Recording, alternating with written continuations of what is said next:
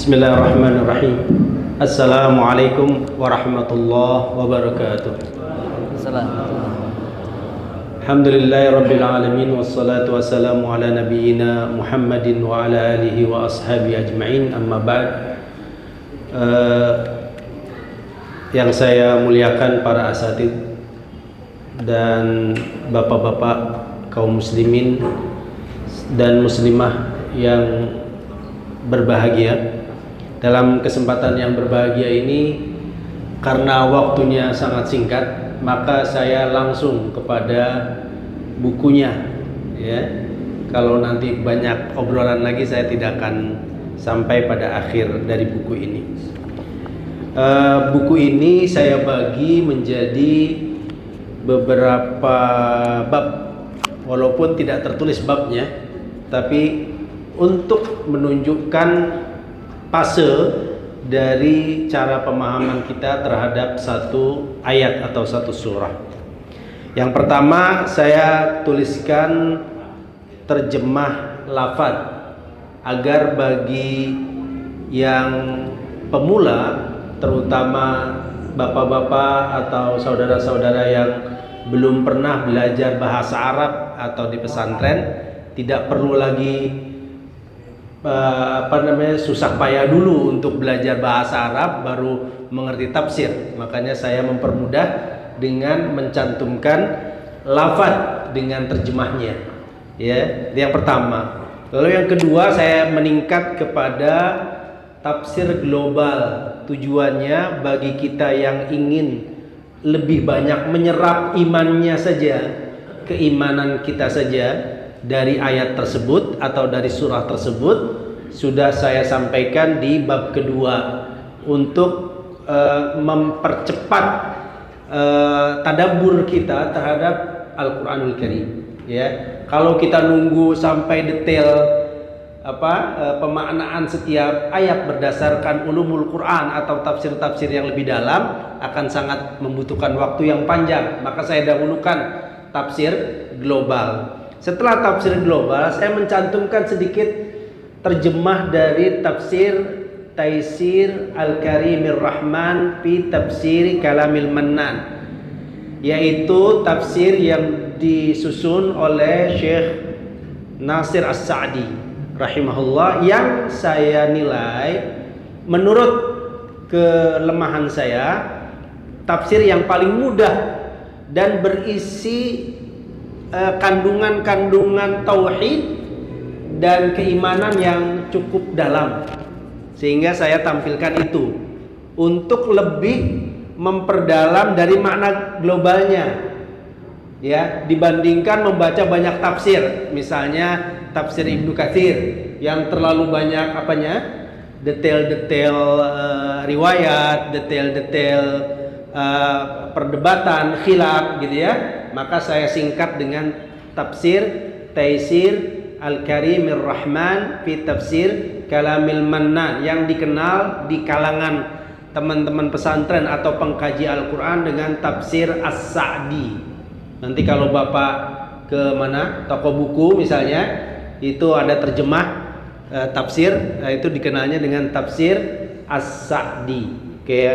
Itu yang ketiga. Lalu yang keempat, barulah di sini bagi yang mau memperdalamnya dari sudut-sudut ilmu Al-Quran, ya, baik dari makna-makna lafaz maupun dari hubungan antar satu ayat dengan ayat lainnya, atau makna-makna balaghah. Makna balaghah itu berarti makna-makna keindahan dari lafaz-lafaz di dalam surah Al-Fatihah. Yang keempat, yang kelima, yaitu kita akan memasuki wawasan tentang seluk-beluk yang berkaitan dengan apa-apa yang ada dalam Al-Fatihah. Ya, ini lebih lebih detail tentang hal ilmiah. Kalau ini sudah pada ilmiah. Jadi bagi yang mau lebih tahu bagaimana cara membacanya, kaitan membaca bismillah bagaimana, bismillah hukumnya apa, lalu nama-nama Al-Fatihah itu apa saja dan mengapa bernama demikian, ya. Itu yang menjadi dalamnya. Ini yang dikenal dengan sakafah. Ini wilayah sakafahnya lah ya, wilayah wawasan, bukan imaniyahnya. Kalau imaniyahnya sudah tadi yang pertama. Nah terakhir barulah inti dari kandungan tafsir Fatihah. Ini anggap aja kesimpulan. Jadi sebenarnya cuma 6 bab. Kita akan memulainya bertahap poinnya ya. Yang pertama kita akan masuk ke dalam bagian yang pertama, bab yang pertama, yaitu tafsir terjemah dari lafaz-lafaz yang ada dalam suratul Fatihah. Saya ambil sangat singkat supaya Bapak bisa merenungkannya. Di sini ada pertama bismi, karena bismillahirrahmanirrahim. Nanti Bapak kalau mau memperdalam lagi ada ahlinya di sini, Ustadz Ahmad Jamaluddin. Bedanya saya sama beliau itu, beliau lebih tawadhu, nggak mau nyusun buku. Kalau saya lebih cepat nyusun buku, jadi kedahuluan beliau. Padahal dari segi keahlian beliau lebih ahli dalam bidang Al-Quran. Nanti Bapak silahkan kalau mau memperdalam lebih dalam ya. Bismi Pak, bismillahirrahmanirrahim. Bismi itu ada bi, ada ismi, cuma disambung jadi bismi. Lafadznya bi itu dengan, ismi itu nama. Jadi dengan nama. Makanya di sini tulis dengan nama. Di halaman 1 Pak ya, Bapak dan Ibu, di halaman 1 nomor 1 bismi. Berarti dengan nama. Asalnya sekali lagi saya sampaikan bi ismi. Bi-nya itu dengan, ismi itu nama. Oke. Kedua, lafaz Allah. Ya, sudah kita ketahui adalah nama Rabbul Alamin, nama pencipta, pengatur dan pemilik dari seluruh alam semesta, ya. Yang ketiga Ar-Rahman. Dengan yang keempat Ar-Rahim, ya. Itu dari satu kata yang sama. Kalau bahasa kitanya rahmah. Secara umum rahmah. Dari ini Pak Rahmat namanya berasal dari kata ini ya. Rahmat ya. Rahmah itu menjadi 2 bagian nama di sini. Ar-Rahman, Ar-Rahim. Bedanya mungkin nanti akan kita perdalam di tafsirnya. Maha Pengasih. Kalau pengasih tahu Pak, banyak ngasih. Orang banyak ngasih itu kan apa ya? Nggak peduli dengan siapa, pokoknya kasih aja terus. Itu namanya pengasih. Jadi kalau pengasih nggak memandang orangnya, mau orangnya ini kalau bahasa fisik ya, orangnya jelek kayak nggak jelek kayak kaya kayak miskin, pokoknya kasih. Ya, ini ngasih namanya. Tapi kalau yang keempat Ar-Rahim, Maha Penyayang. Sayang tuh beda. Sayang itu bagi orang-orang tertentu yang memang terpilih. Ya, tapi kalau ngasih bebas. Terserah saja orang ngasih itu ya. Tapi kalau sayang, ini bedanya antara Ar-Rahman dengan Ar-Rahim. Walaupun asalnya sama, yaitu rahmah. Oke ya. Yang kelima, Alhamdu. Ya, segala puja dan puji. Ya, puja-puji itu hamd. Ya. Yang keenam, Rabbu. Saya langsung artikan 3. Memang dalam bahasa Arab arti Rabbu itu 3 di sini. Asalnya itu Rabbu itu 3, pencipta, pemilik dan pengatur. Kalau dalam bahasa manusia berarti pembuat, bukan pencipta. Kalau Allahu Rabbul Alamin, pencipta. Ya, jadi maka saya cantumkan langsung pencipta, pemilik dan pengatur. Itu Rabbu artinya. Yang ketujuh Al-Alamin, alam semesta, alam. Pokoknya orang sudah tahu yang namanya alam berarti seluruhnya selain Allah Subhanahu wa taala. Itu alam, ya, alam. Makanya disebut alam semesta. Di sini berarti seluruh alam makhluknya, seluruh alam yang diciptakan Allah itu alam. Yang kedelapan Maliki. Ada yang membaca nanti di sana Maliki. Jadi ada pendek, ada panjang mimnya. Maliki atau Maliki. Di sini makanya artinya 2. Kalau Maliki berarti pemilik. Kalau maliki berarti raja. Jelas ya? Kalau maliki pemilik, kalau maliki raja. Ya, maka dua-duanya dicantumin. Kesembilan, yaumu, hari. Yaumiddin, ini hari, yaum. Yaum, ya. Yaumus sabt, yaumul jum'ah, yaumul itsnain, yaumul arbi'a, yaumul tsulatsa. Itu semua yaum, hari, ya. Lalu 10 ad-din. Nah, ini memang di sini saya langsung artikan kepada arti aslinya, arti di ayat ini, bukan arti bahasa. Yaumuddin, ad-din di sini pembalasan, ba'ats, ya, atau jaza, hari kebangkitan atau hari pembalasan. Itu dalam bahasa Arabnya kama tadinu tudanu, kama tadinu tudanu, dana yadinu, sebagaimana engkau taat itulah balasan yang akan engkau terima. Jadi tudan dibalas dengan yang sama. Yang pertama artinya taat, yang kedua artinya balasan. Jadi kita ambil arti yang kedua deh, karena dia berkaitan dengan yaum, hari agama. Nggak ada itu hari agama, gitu ya. Yaumuddin ini berarti hari pembalasan, jaza. Oke. Kita lanjutkan Bapak. 11 di halaman kedua. Yang ke-11 ada kata-kata iyyaka. Nah, ini kalau bicara nahunya nantilah ya. Untuk memperdalam. Sekarang bukan waktunya untuk belajar nahunya. Ini domir apa bukan domir gitu pokoknya. Iyyaka artinya di sini hanya kepadamu. Saya contohkan hanya, nanti akan ada pembahasannya di ke-12 na'budu.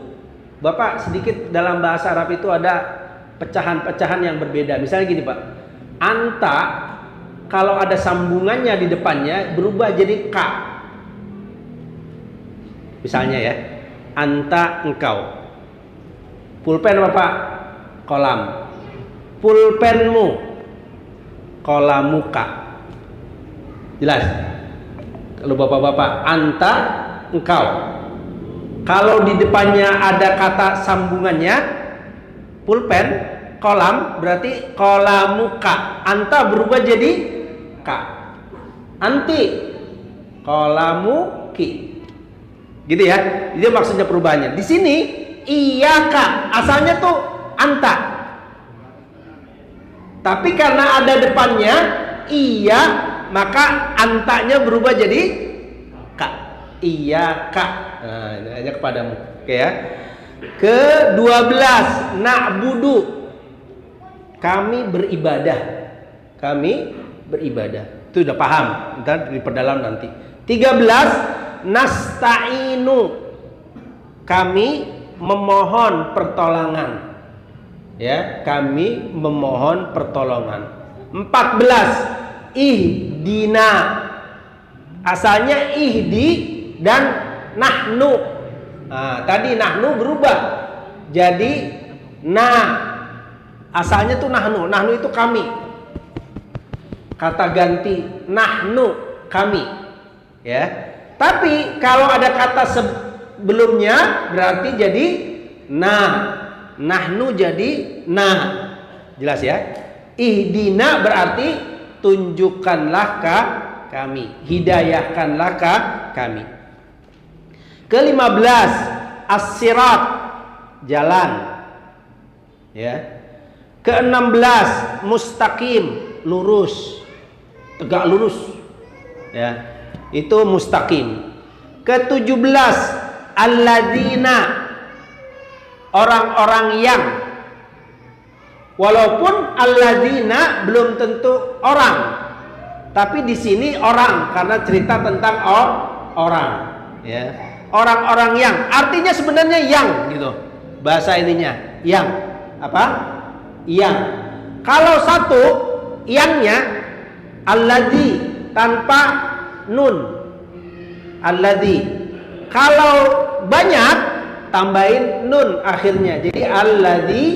Nah, oke. Lanjutan 18 an'amta. Nah, ini baru dah agak sedikit terbuka nggak nih?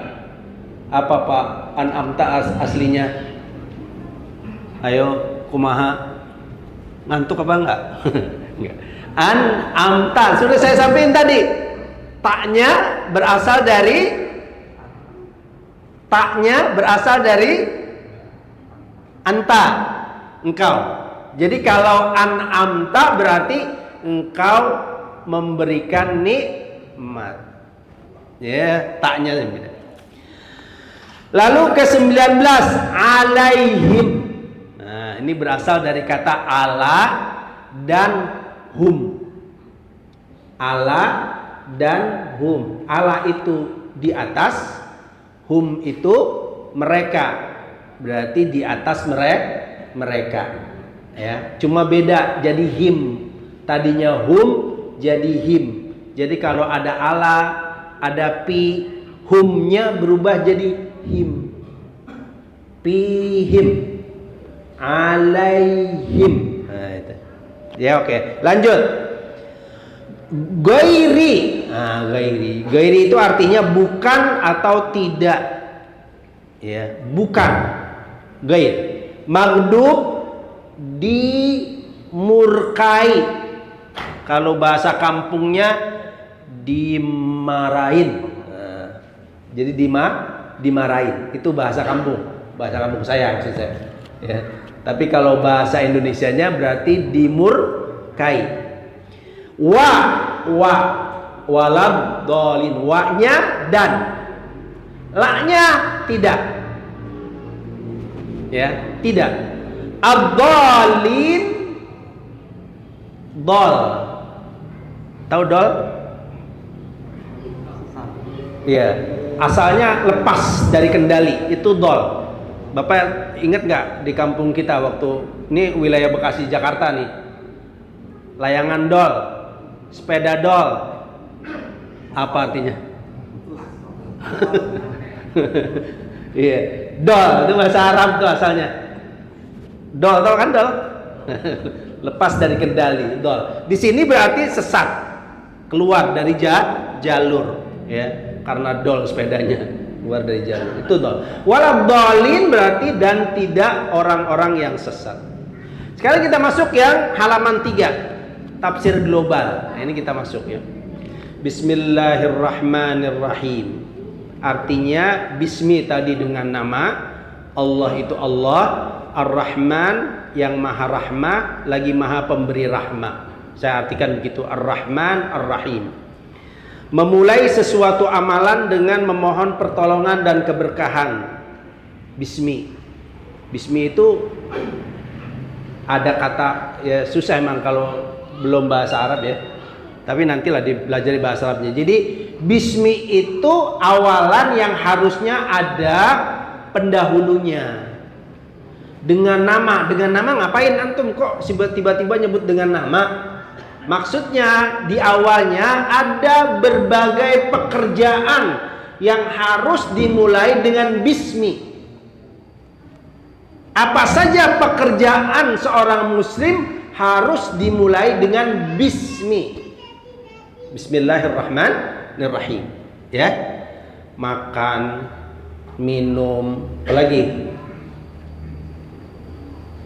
Ceramah, apalagi? Semua amal saleh dianjurkan sekali untuk mengucapkannya bismillahirrahmanirrahim. Jadi bismillah memang diperintahkan, ayat yang memerintahkan kita memulai sesuatu dengan ismullahi azza wa jalla. Sebab di awal itu disebutkan iqra bismi rabbik. Asalnya nih, iqra bismi rabbik. Bacalah dengan nama Tuhanmu. Nah, ketika kita memulai apapun selalu diperintahkan dengan ayat tadi. Mulailah dengan bismillahirrahmanirrahim. Yang kedua, alhamdulillahirabbil alamin. Segala puji bagi Allah, Rabb seluruh alam. Saya artikan begitu karena Bapak tadi sudah tahu di lafaz-lafaz yang terjemah tadi sudah tahu ya. Maka saya artikan langsung pada bahasa Arabnya. Alhamdulillahirabbil alamin. Segala puji bagi Allah, Rabb seluruh alam. Makna alhamdu Bapak bukan sekedar pujian, tetapi pujian plus cinta plus pengagungan. Hamdu itu adalah pujian kepada Allah karena keagungan sifat-sifat Allah, bukan karena nikmat yang Allah berikan kepada kita. Ini poinnya. Lebih agung daripada sekedar syukur. Kalau syukur, kalau dikasih nikmat. Kalau nggak dikasih nikmat, syukur apa nggak syukur? Nggak syukur. Tapi alhamdulillah, mau dikasih nikmat nggak dikasih nikmat, dia memuji Allah karena keagungan sifat-sifat Allah. Gitu ya. Alhamdulillah. Alhamdulillahirabbil alamin. Jadi bukan sekedar pujian, cinta, pengagungan. Pujian yang sempurna atas seluruh kesempurnaan Allah dan nikmatnya. Makanya dibaca tadi yang sudah disampaikan oleh Ustaz Muad. Kita hampir setiap hari diperintahkan untuk membaca ini.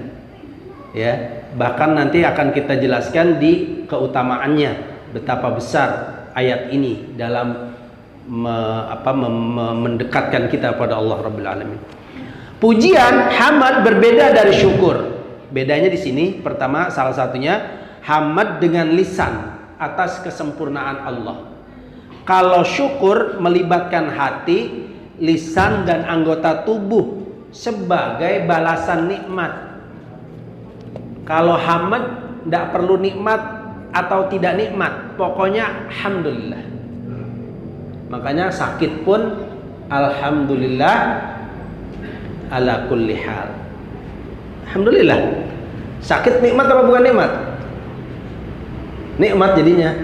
Kalau alhamdulillah ala kulli hal. Ya, sakit akan menjadi nikmah kalau tanpa hamd. Ya, makanya salafus saleh selalu hamd. Dikasih sakit kek, dikasih sehat kek, dikasih apa lagi? Semuanya alhamdulillah. Sampai melihat orang yang sakitnya luar biasa saja masih alhamdulillah. Kenapa? Karena yang diuji bukanlah agamanya, tapi fisiknya. Masih alhamdulillah. Jadi alhamdulillah. Yang kedua, makna lillah di halaman 4. Bapak, kita lanjutkan sedikit. Terdapat di sini ada kata-kata lillah. Makanya al-hasr. Ya. Hasr itu berarti pembatasan. Jadi pujian hanya layak untuk Allah. Yang lain nggak layak untuk mendapatkan pujian. Jadi kalau ada orang yang memuji kita, nah ini yang berat nih. Kita kan bangga kalau dipuji, tapi kalau melihat ini rasanya tidak pantas sekali kalau kita dipuji. Makanya dalam bahasa Arab, kalau pujian antar kita namanya madah, bukan hamad. Walaupun kata lafadznya tuh hampir sama ya, mim, dal, ha. Cuma yang satu ha duluan, lalu mim di tengah, dal terakhir, hamad. Itu untuk Allah. Tapi kalau untuk kita madah, mimnya di awal, makanya berat Pak madah itu. Kalau hamad enak nggak? Hamad. Coba madah.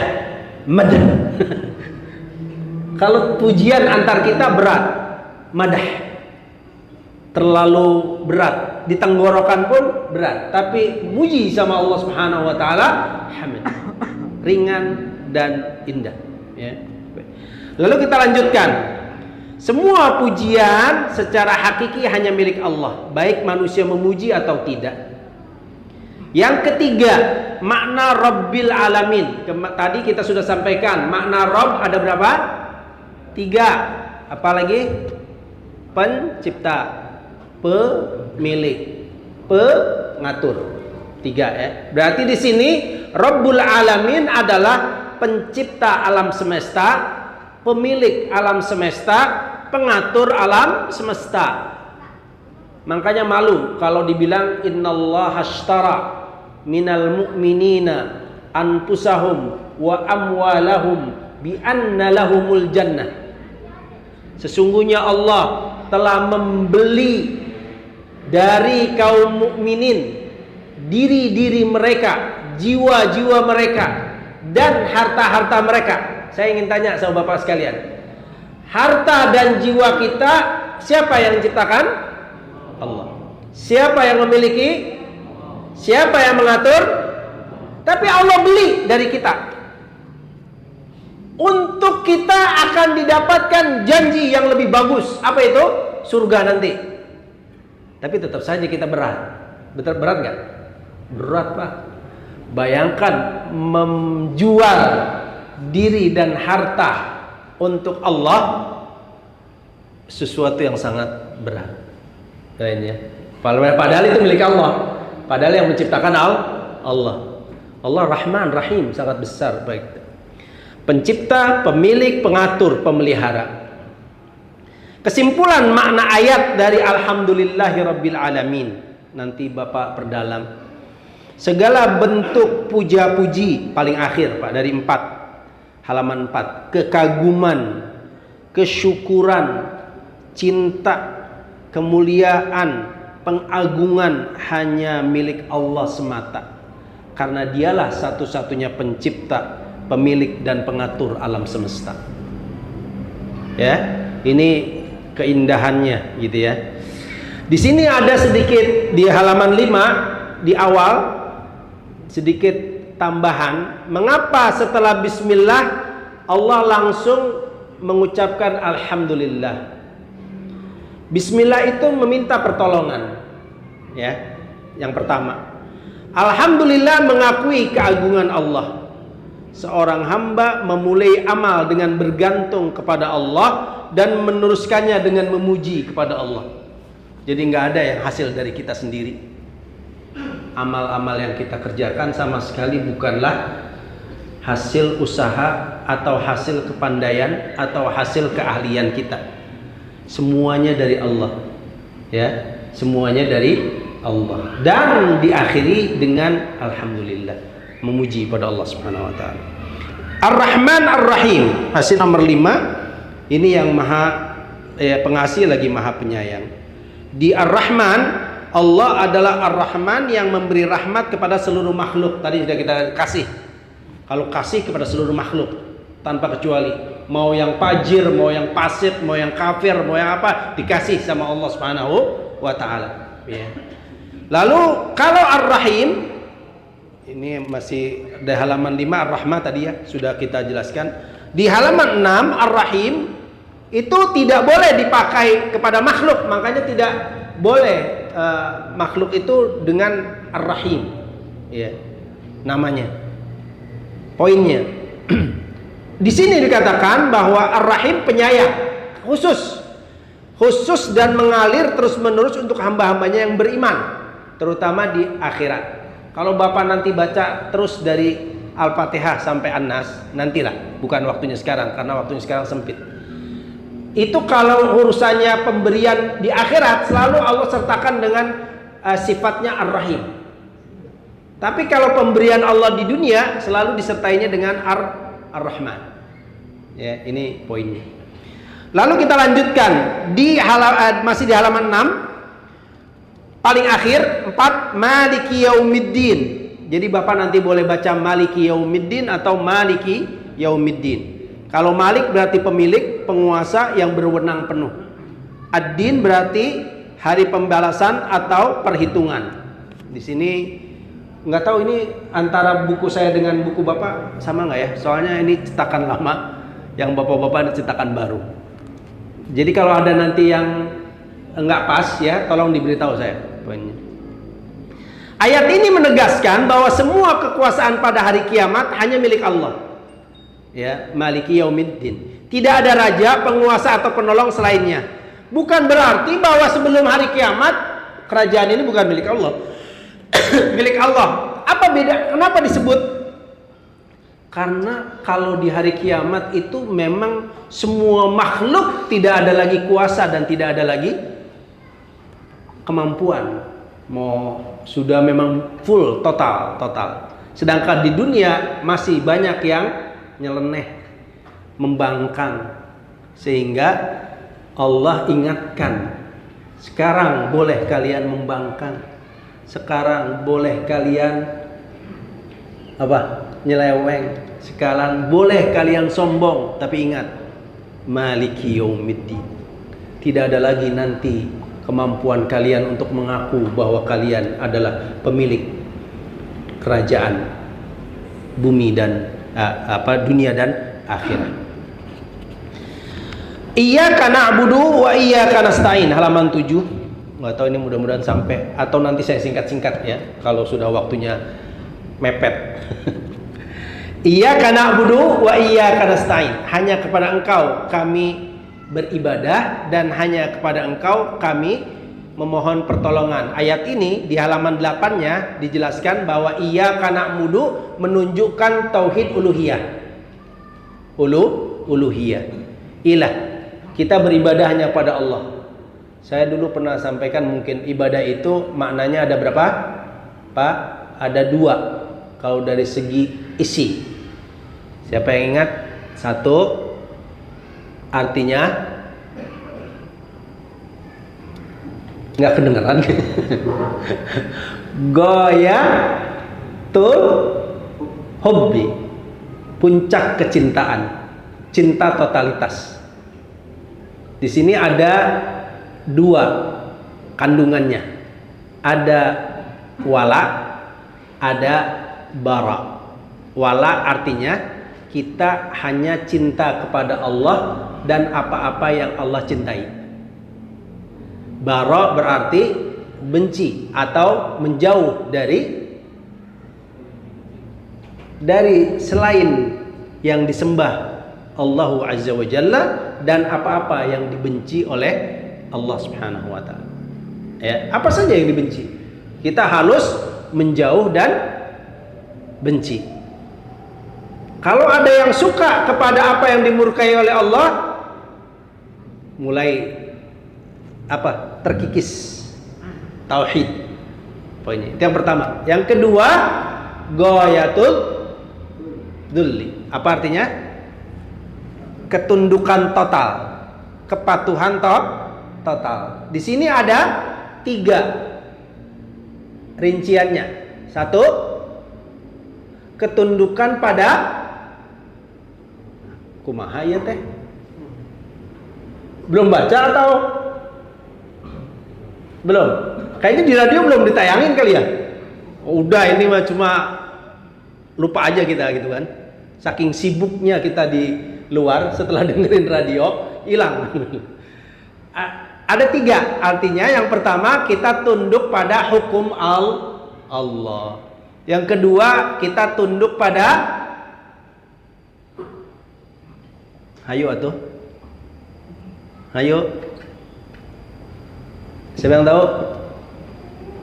Tunduk pada hukum, tunduk pada tunduk pada belum juga. Masa sih sebanyak ini nggak ada yang inget?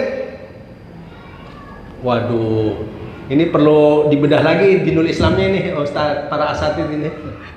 Jadi yang kedua, tunduk pada asatid deh, bantu. Apa?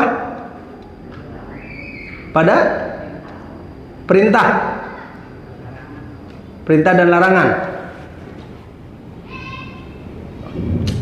Masya Allah, barakallah. Harus jangan melupakan ya. Tunduk pada tunduk pada syariat. Syariat katanya. Hukum tadi naon? Hukum syariat sama. Jadi memang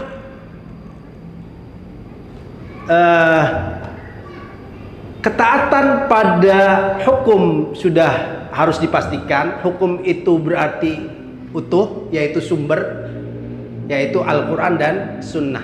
Jadi kita harus taat pada hukum Al-Quran dan Sunnah. Tadi yang Bapak sebutkan, Pak Zainuddin ya, tambah gemuk kayak soalnya Pak. Jadi Pak Zainuddin sebutkan syariah lebih spesial mungkin kepada yang dimaksud Bapak tadi, yaitu Al-amru wan nahyu. Larangan-larangan yang ada dalam Al-Quran dan Sunnah, dan perintah-perintah yang ada dalam Al-Quran dan As-Sunnah. Yang ketiga, lebih spesial lagi. Kepada apa? Spesial lagi. Pada apa? Nusuk. Inna salati wa nusuki. Apa nusuk? Ibadah rutin. Ibadah rutin. Kalau bahasa kitanya sering disebut ibadah ritual. Jadi 3 poin tadi, na'budu, harus masuk ke dalam ini. Kita hanya mempersembahkan itu semua kepada Allah. Yang kedua, iyyaka nasta'in, hanya kepada Engkau kami memohon pertolongan, termasuk dalam peribadatan. Walaupun isti'anah, memohon pertolongan adalah bagian dari ibadah, tetapi Allah khususkan lafadznya dilepas dari kata-kata ibadah untuk menunjukkan bahwa peribadatan kita pun membutuhkan pertolongan dari Allah Subhanahu wa taala. Tak mungkin kita bisa beribadah lepas dari syirik, mentauhidkan hanya kepada Allah, kalau kita sendiri tidak pernah mau minta sama Allah Subhanahu wa taala. Ya, iyyaka na'budu wa iyyaka nasta'in. Kita lanjutkan nomor 9, halaman 9. Ihdina, hidayahkanlah kami. Hidayah itu ada 2, nanti ada jelaskannya. Hidayah itu ada 2. Yang pertama hidayatul irsyad, atau dalam bahasanya hidayatul ilmiyah, hidayah ilmu. Yang kedua hidayatul taufik, hidayatul amal. Kalau hidayah ilmu berarti siapa saja, apa saja yang bisa menunjukkan kita ke jalan Allah, itu hidayatul irsyad. Ya. Yang kedua hidayatul taufik, hanya milik Allah. Kita mampu mengamalkan apa yang kita ilmui, itu hanya milik Allah Subhanahu wa taala. Di sini hidayah, permohonan hidayah isti'anah itu sangat tinggi harganya buat seorang mukmin. Tak mungkin kita bisa mengamalkan apa yang sudah kita ketahui kecuali dengan meminta kepada Allah Rabbul Alamin. Lalu selanjutnya ke-10, halaman 10 Bapak sekalian. Sudah ada hidayatul irsyad, di situ hidayatul taufik. Lalu siratal ladzina an'amta 'alaihim ghairil maghdubi 'alaihim waladdallin. Siratal ladzina, ihdinas siratal mustaqim sebelum ya. Maaf. As-siratul mustaqim di halaman 9 masih maaf. As-siratul mustaqim artinya jalan yang lurus bahasa Arabnya. Tapi maksud dari as-siratul mustaqim dalam ayat ini yang kita minta setiap saat itu apa? Nanti akan kita bahas di tafsir rincian para ulama. Tetapi minta as-siratul mustaqim, intinya tauhid, intinya agama Islam. Lalu siratal ladzina an'amta 'alaihim. Nah, ini tafsir namanya. Kalau dalam Bapak sedikit ilmu tafsir nanti yang akan Bapak perdalam di bab-bab selanjutnya, itu di dalam mentafsirkan Al-Qur'an ada beberapa jenjang. Yang pertama dikenal dengan tafsir Al-Qur'an dengan Al-Qur'an. Jadi biasanya satu lafaz global, nanti penjelasannya ada selanjutnya atau di ayat yang lain, ya. Contohnya dalam ayat ini, ihdinas siratal mustaqim, ya Allah tunjukkanlah kami siratal mustaqim. Apa itu siratal mustaqim? Lanjutannya, siratal ladzina an'amta 'alaihim, yaitu jalan orang-orang yang telah Engkau beri nikmat kepada mereka. Jelas? Yang telah Engkau beri nikmat kepada mereka. Siapa mereka?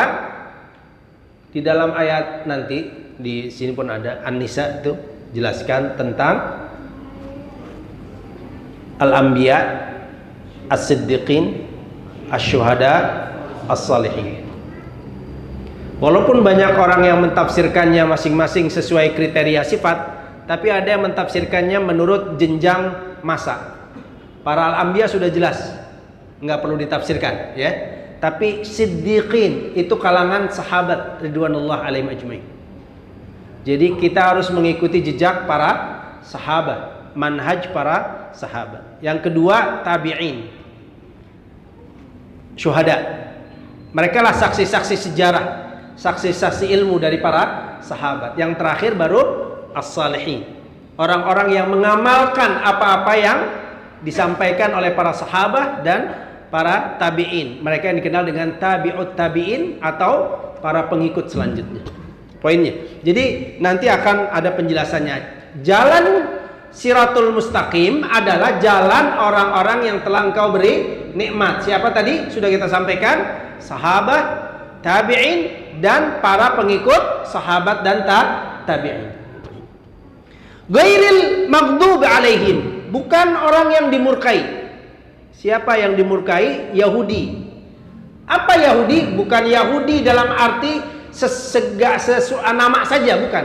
Tapi yang maksud Yahudi di sini adalah yang memiliki kriteria. Maksud saya, kenapa Yahudi disebutkan sebagai tafsirnya? Karena Yahudi itu memiliki kriteria maghdub, yang dimurkai. Orang yang dimurkai itu kriterianya punya ilmu tapi sombongnya minta ampun untuk ngamalin. Nggak mau. Ngapain ngamalin yang dari Tuhan palsu menurut Yahudi? Tuhan nggak kelihatan, pakai perintah-perintah kita. Datang Nabi, siapa dia? Kita kenal kok masa kecilnya. Apa istimewanya dia sama saya? Maghdub, ya. Dia tahu ilmunya, sudah ada berita-berita wahyu sebelumnya, tapi sombong untuk tidak mengamalkannya. Waladhdallin, orang yang sesat. Kalau orang yang sesat sifatnya kayak orang Nasrani. Orang Nasrani itu sangat kuat cintanya untuk mau mencintai atau mau mengamalkan, tapi nggak ada ilmunya. Ilmunya nyeleweng, ilmunya sudah dipalsukan, sehingga ngikutin yang telah dipalsukan. Ya, dhalin, sesat. Orang sesat itu nggak tahu jalan, betul nggak ya? Orang sesat itu nggak tahu jalan. Kalau orang yang dimurkai tahu dia tapi ngeyel, bahasa kitanya, ya, terlalu ngeyel, itu maghdub. Tapi kalau dhalin nggak tahu memang jalan mana yang lurus, mana yang bengkok, mana yang sesat.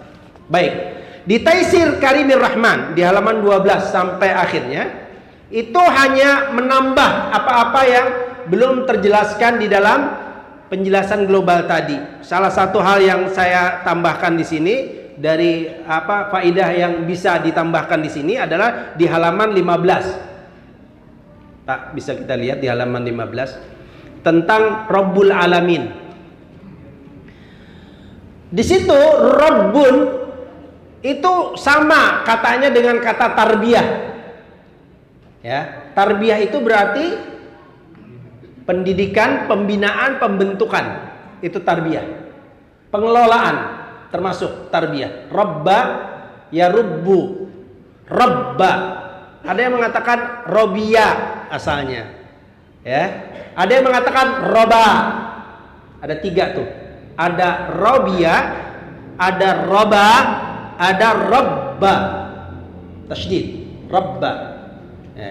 Nah, tarbiyah yang dimaksud dalam Rabbul Alamin yang disifatkan kepada Allah memiliki 2 kandungan makna di sini.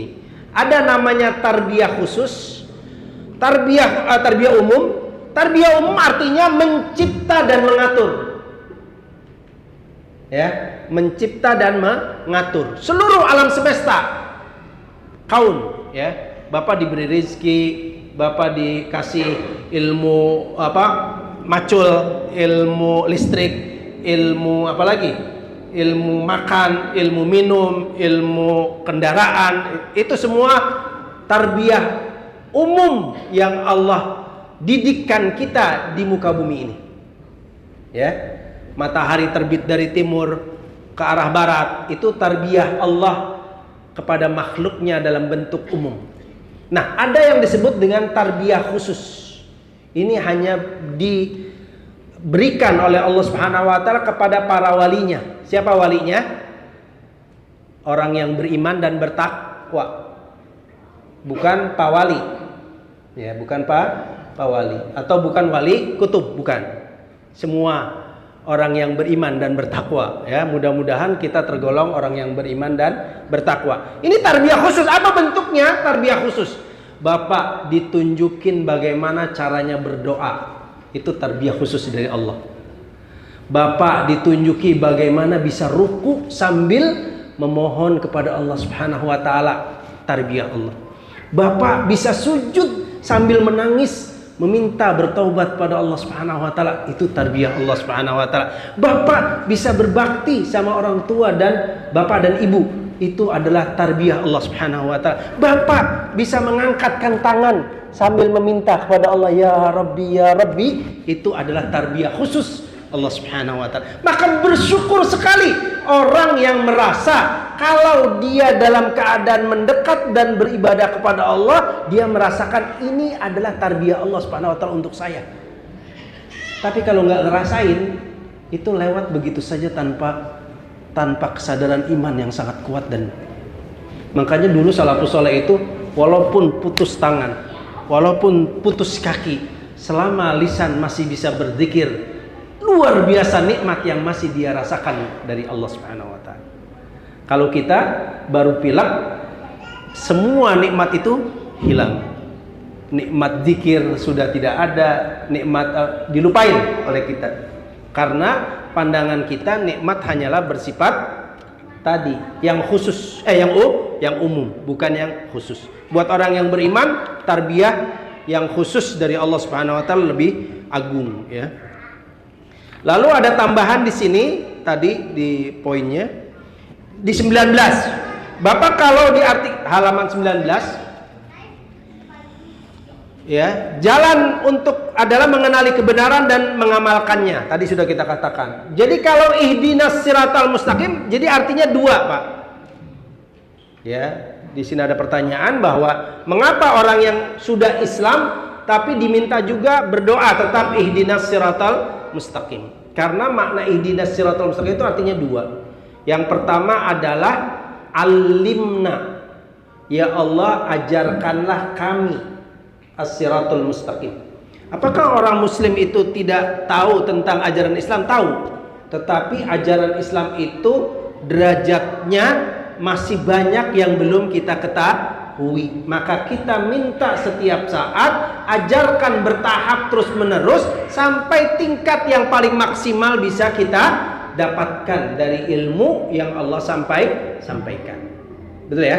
Salat sajalah misalnya Bapak sekalian. Salat nih, sampai saat ini ilmu yang kita ketahui tentang salat mungkin baru berapa? Sangat sedikit. Coba tambah lagi ilmunya, akan tambah dalam lagi, gitu ya. Tambah lagi ilmunya, tambah dalam lagi. Itu yang dimaksud dari segi ini. Alimna, ajarkan. Mana yang kedua, ihdinas siratal mustaqim berarti waffiqna, berilah kami kekuatan dan kemampuan. Kekuatan dan kemampuan untuk mengamalkan apa yang Engkau ajarkan kepada kami. Ya, itu yang pokok.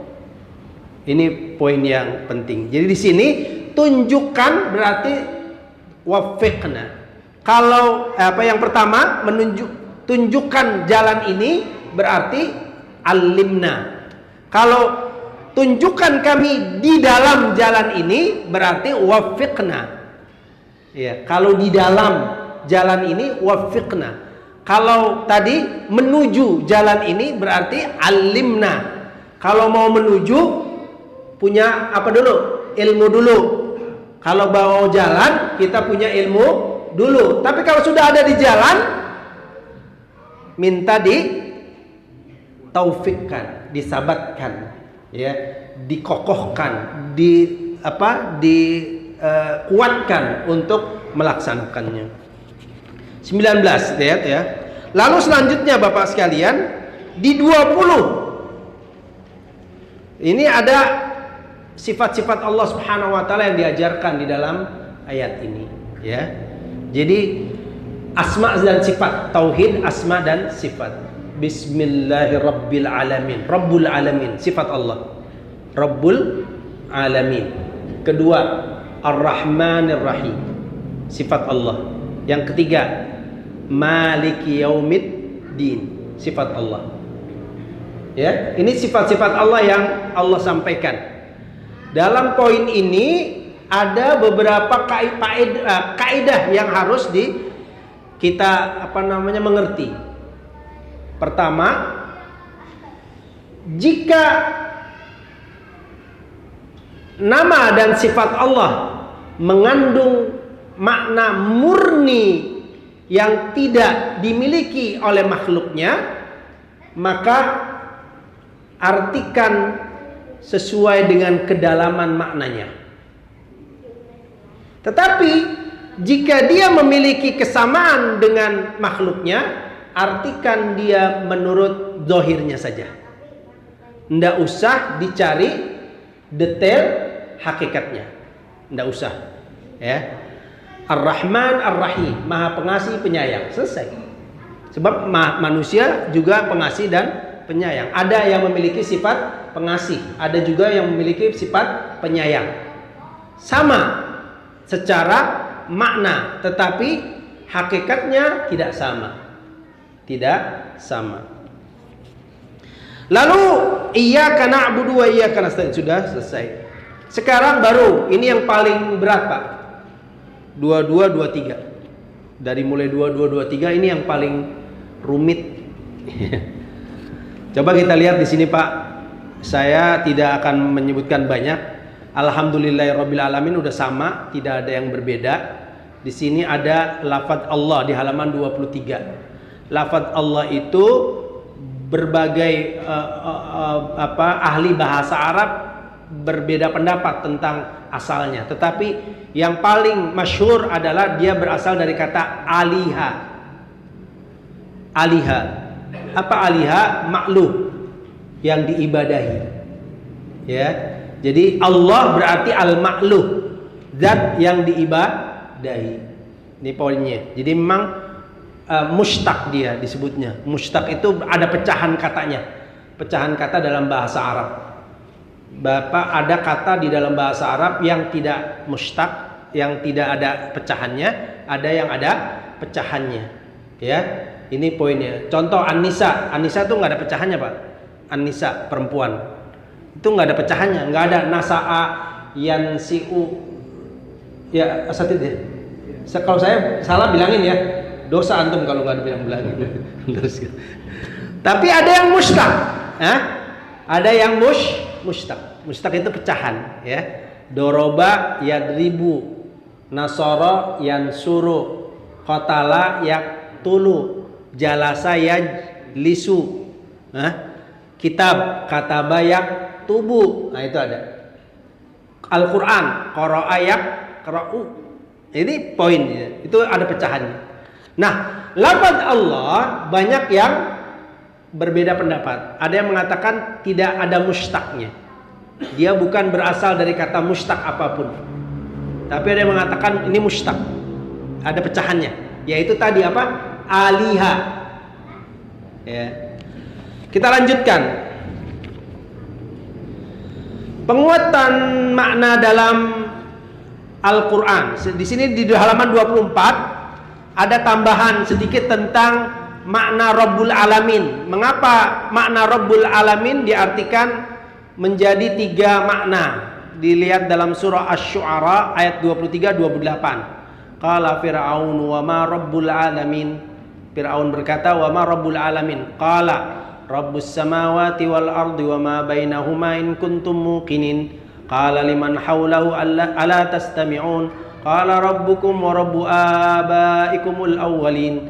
Qala inna rasulakumul ladzi ursila ilaikum lamajnun. Qala rabbul masyriqi wal maghribi wa ma bainahuma in kuntum ta'qilun. Rabbus samawati wal ard. Itu pertama di situ disebutkan. Kedua, Rabbukum wa Rabbu abaikumul awwalin. Yang ketiga, Rabbul masyriqi wal maghrib. Jadi maknanya tiga tadi. Pencipta, pemilik, dan pengatur. Lalu dilanjutkan di sini. Nah, ini di dalam halaman 2627 tentang Ar-Rahman Ar-Rahim. Dalil Al-Qur'an yang menguatkan konsep Rahman Ar-Rahim.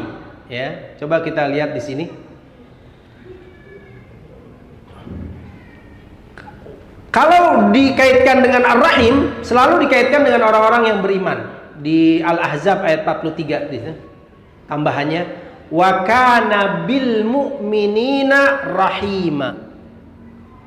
Tidak ada wa kana bil mu'minina rahmana. Ya, rahim. Kalau untuk beriman, rahim. Kalau untuk makhluknya secara umum, rahman. Sifat beda sifat saja. Dan di sini di halaman 28 pembahasan qiraah, variasi bacaan yang berpengaruh pada tafsir. Ya, coba kita lihat di sini.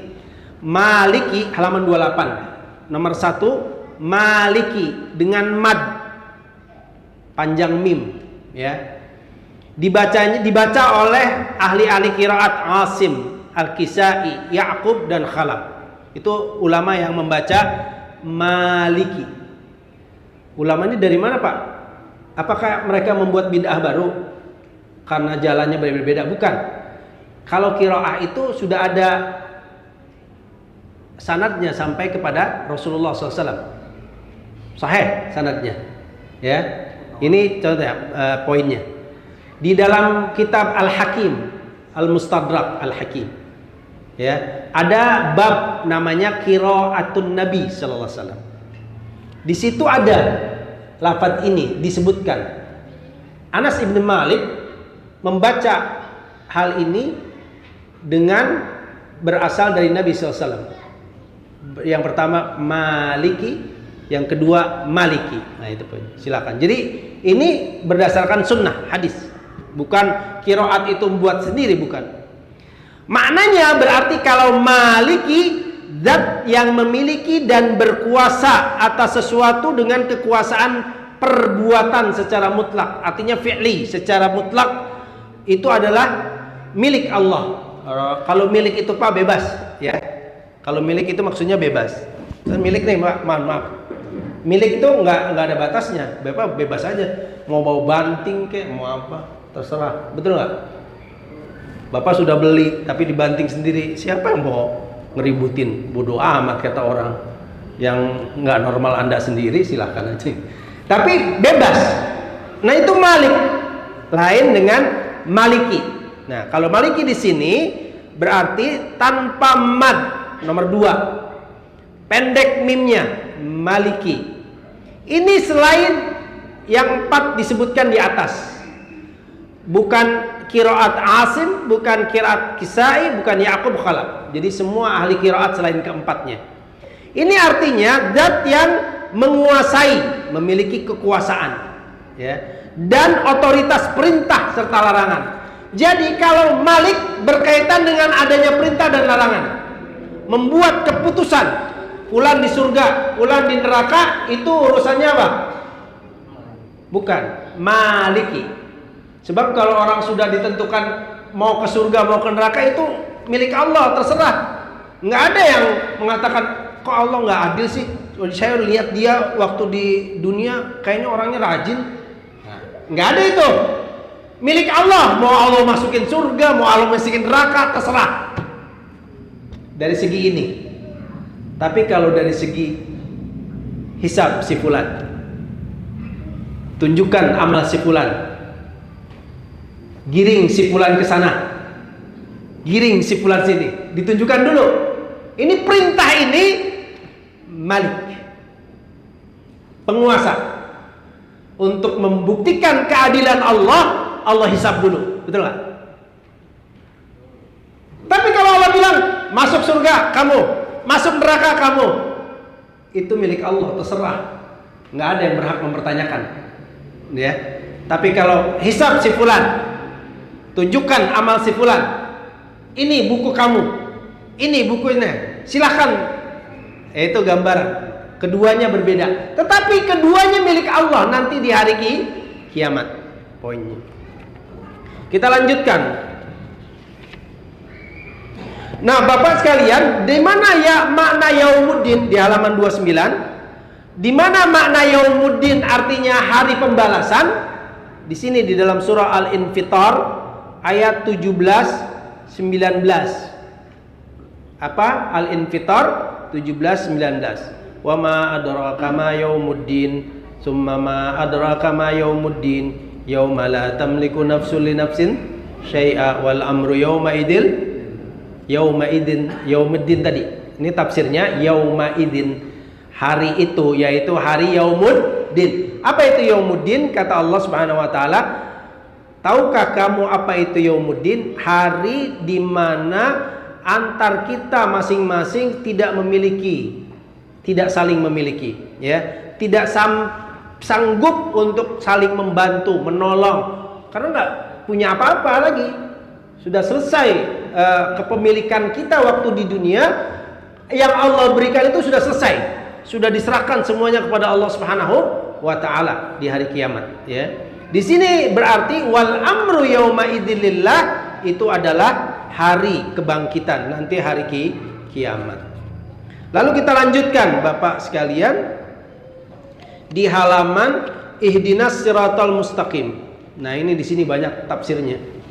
Di halaman 33 yang disebut siratul mustaqim dalam bahasa Arab asalnya, yaitu pertama alladzi la i'wijaja fihi at-tariqul wadih, halaman 33 paling atas, jalan yang terang benderang, tidak ada kebengkokan di dalamnya. Itu asalnya dari makna as-siratul mustaqim. Lalu di halaman 34 tentang tafsir surah An-Nisa ayat 69, tentang tafsir surah apa? Al-Fatihah. Siratal ladzina an'amta alaihim, jalan orang-orang yang engkau beri nikmat adalah jalannya nabiyyin, siddiqin, syuhada, as-salihin. Itu jalannya mereka. Jadi kita hanya ngikuti gerbong itu aja, nggak lebih dari itu. Nanti akan ada penjelasannya di halaman 36 Bapak dan 37 tentang siapa yang magdub dan siapa yang dhalin. Kalau melihat beberapa ayat dan hadis di sini di halaman 37, yang magdub itu selalu Yahudi. Al-Maidah ayat 60. Man la'anahullahu wa ghadiba alaih. Orang yang Allah laknat dan Allah murkai, Yahudi. Paba'u bi ghadabin ala ghadab. Mereka yang kembali kepada kekafiran dengan kemurkaan Allah yang berlipat-lipat, ya.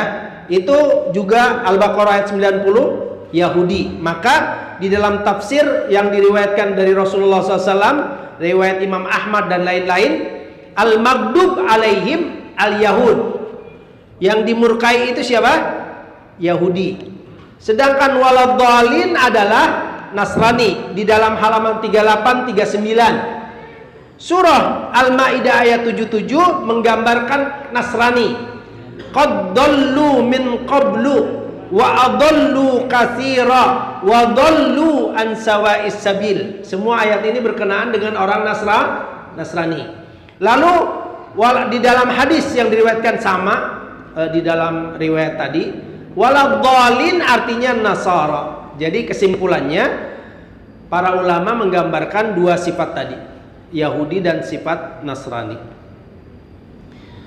Kita lanjutkan Bapak sekalian. Ini sudah terlalu banyak di poin ini. Kita akan masuk kepada wawasan. Waktunya sudah mau selesai. 60-61 lompat. Nanti bisa tanya jawab lah ya kalau ada yang kurang. Di halaman 60 kita membahas nama-nama suratul Fatihah. Nama-nama suratul Fatihah. Pertama, Fatihatul Kitab.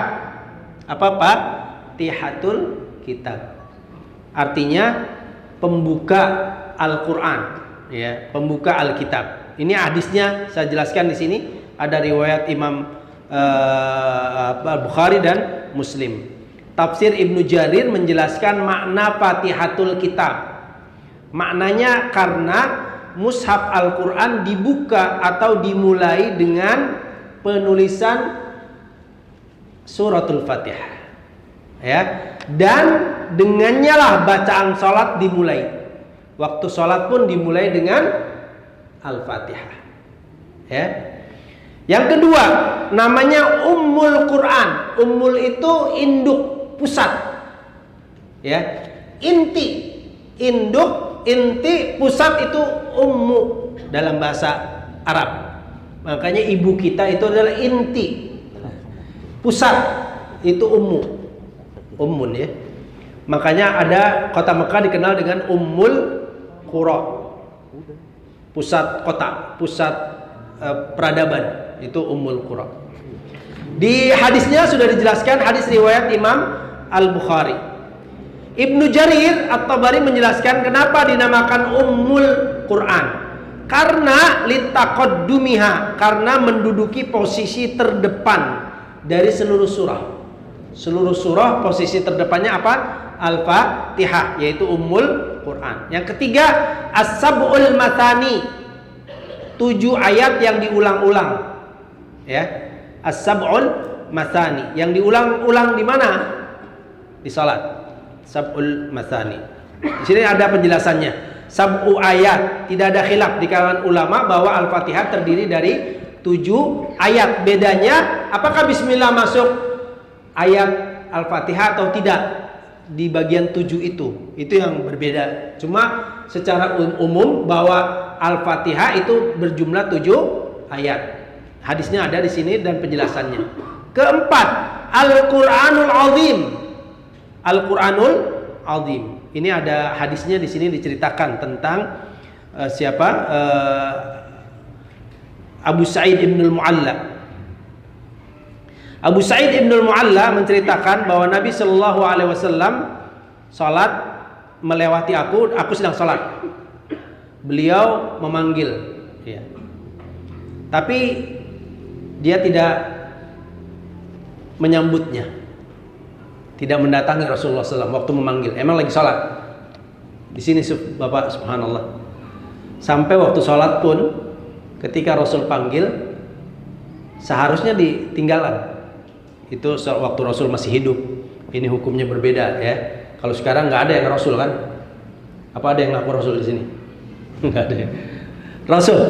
Kenapa ada firman Allah Subhanahu wa Ta'ala? Poin. Tapi di sini Rasul ingin mengajarkan satu kalimat yang besar, satu surah yang sangat agung dalam Al-Qur'anul Karim yang dikenal dengan Al-Qur'anul Azim, yaitu suratul Fatihah. Ini poin. Lalu yang ke-5, suratul Hamd. Suratul Hamd. Surah pujian karena alhamdulillahirabbil alamin. Lalu, nah dari sini, dari nomor 5 Bapak sekalian sampai akhir nama surah ini tidak berdasarkan hadis-hadis yang sahih. Tidak ada hadis yang sahih. Tapi ini adalah istinbat para ulama berdasarkan kandungannya. Kalau tadi ada dalilnya, yang 1 sampai 4 itu ada apa? Dalilnya dari hadis.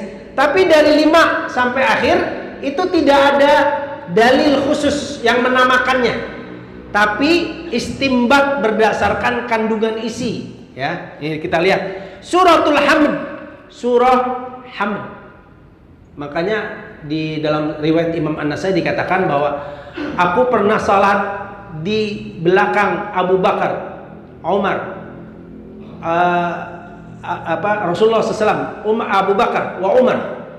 Kulluhum, semuanya mereka membaca Bismillah tidak, Alhamdulillahirabbil alamin. Dari sini para ulama mengambil istinbat bahwa nama surah ini Alhamdulillah, hamdalah, alhamd, ya, karena dimulai dari Alhamdulillah.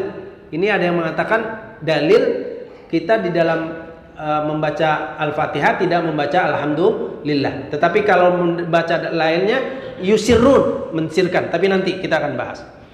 Yang selanjutnya, nah ini saya mulai lagi dari selanjutnya, al-asas, pondasi. Lalu yang kedua, yang keberapa? Ketujuh, asy-syafiyah, asy-syifa, penyembuh. Kalau dalam bahasa hadisnya ruqyah. Ya. Tapi ruqyah pun ada. Lalu al-waqiyah, ya, yang melindungi. Lalu al-wafiyah, lalu al-kafiyah, mencukupi. Lalu al-kanz, ya, timbunan, ya, pendaman, terpendam.